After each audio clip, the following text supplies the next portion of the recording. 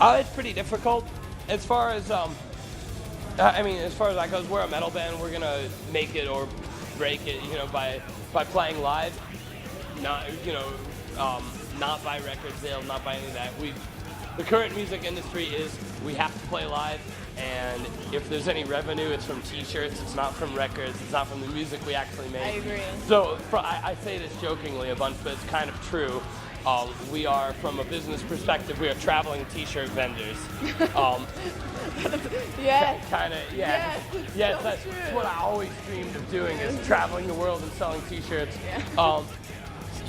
But I like the live show. It does mean that I think if we were a band like 15, 20 years ago, we probably wouldn't have to do 200 plus shows a year. We'd probably get away with like 70 to 80 and still be doing fine. But it's just, there's more competition, there's more bands, it's easier to make a record now. So therefore, you have to work harder than everyone else.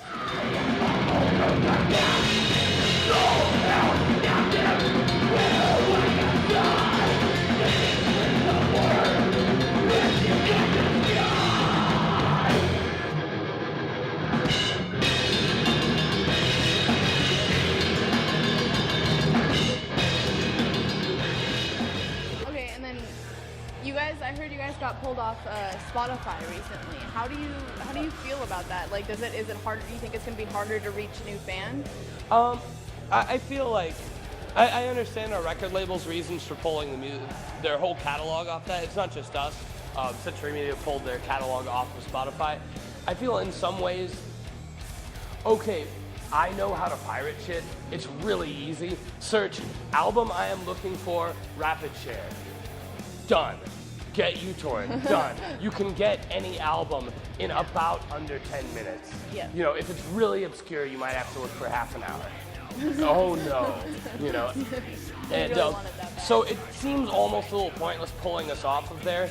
Or like, I've seen like where they're offering like free download cards. And I'm like, any person who knows knows how to use Windows at all can easily find any music that's ever existed. And I think a record label just can't come to terms with that reality of basically music is free if a person looks for it and doesn't care, which most people do. And so I think pulling us off of Spotify where you can get our whole album for like $1 or however cheap it is, isn't, I personally wouldn't, I understand the reasons, but I personally wouldn't consider it very useful because sure, we're off Spotify, people can't get our music cheaply for that way, but they can get it free on 900 rapid share sites, and there's nothing anyone in the world can do about it. So might as well shrug and be like, hey, if you're a fan and you like what we do, come to the shows.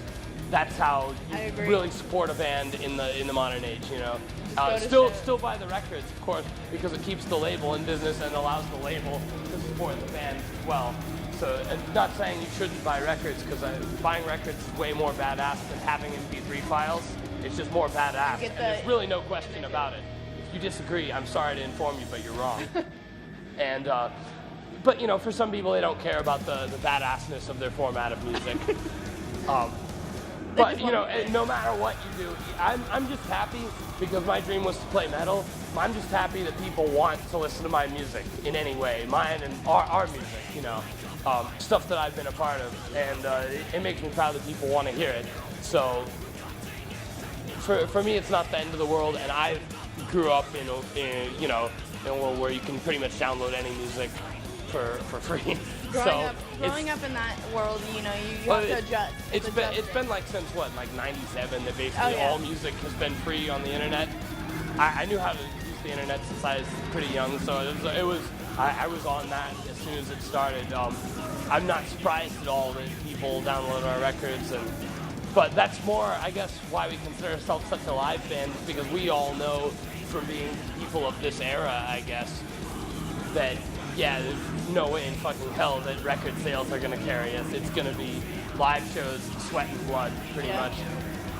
But that's the way to go sometimes, It's more fun in a way. Well, I wouldn't mind it if records did more for us than they do, but I'm happy to write and make records. Yeah. I love that part of it. And you know, there still is a lot of people out there that want to buy the records. That's why we always try to make sure that we out of our budgets we always spend a little extra on like artwork and packaging, because we always want to make sure our records look really cool. So if you do bother to go and buy it, that you get something that's actually worth your money too.